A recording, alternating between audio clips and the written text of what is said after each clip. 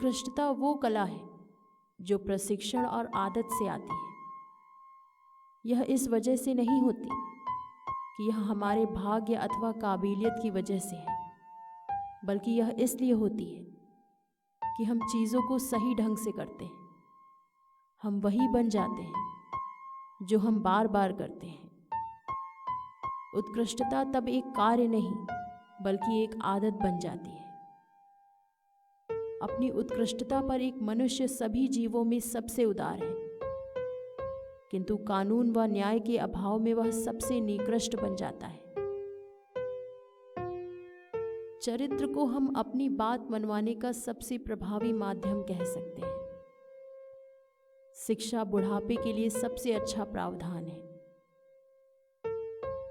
संकोच युवाओं के लिए एक आभूषण है, लेकिन बड़ी उम्र के लोगों के लिए धिक्कार। सभी भुगतान युक्त नौकरियां दिमाग को अवशोषित व अयोग्य बनाती हैं।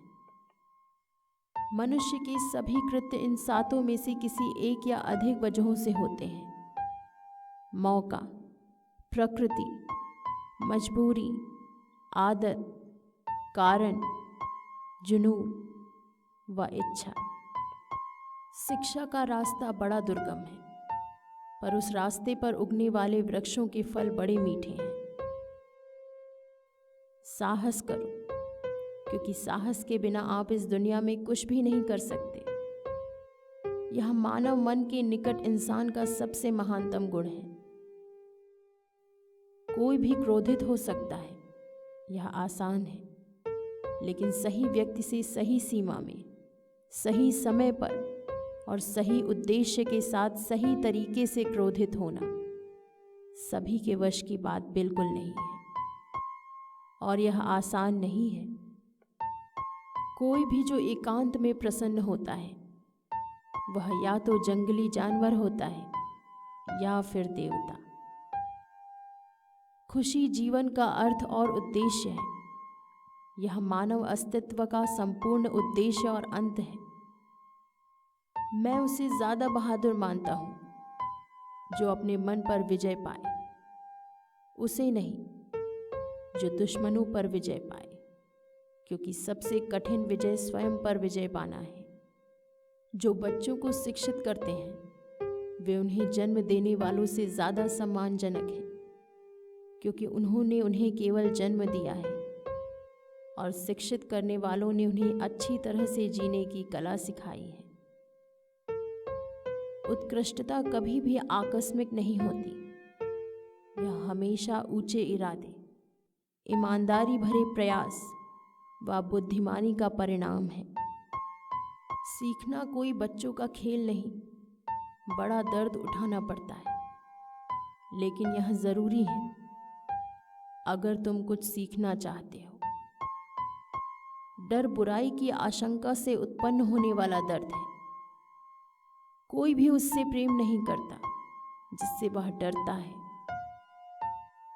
एक निश्चित बिंदु के बाद पैसे का कोई अर्थ नहीं रह जाता। अपने पथ पर दृढ़ रहो। आलोचनाओं से भयभीत होकर अपने कदम पीछे मत लो, क्योंकि आलोचनाओं से बचने का एकमात्र तरीका बस यह है कि कुछ मत करो, कुछ मत कहो और कुछ मत बनो। अपने आप को जानना ही ज्ञान की शुरुआत है। दोस्त बनाना एक जल्दी का काम है, लेकिन दोस्ती एक धीमी गति से पकने वाला फल है। दुर्भाग्य से उन लोगों का पता चलता है जो वास्तव में आपके मित्र नहीं हैं।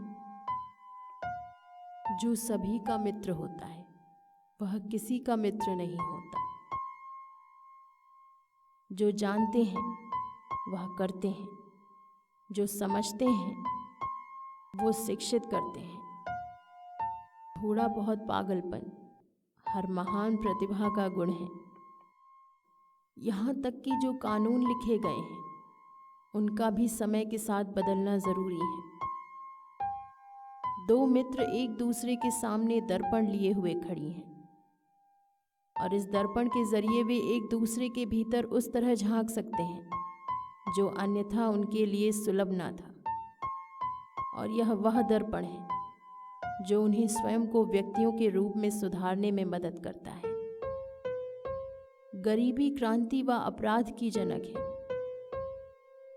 आत्मा की सुंदरता तब चमक उठती है जब एक मनुष्य एक के बाद एक भारी उपद्रवों को सहकर भी दृढ़ बना रहता है।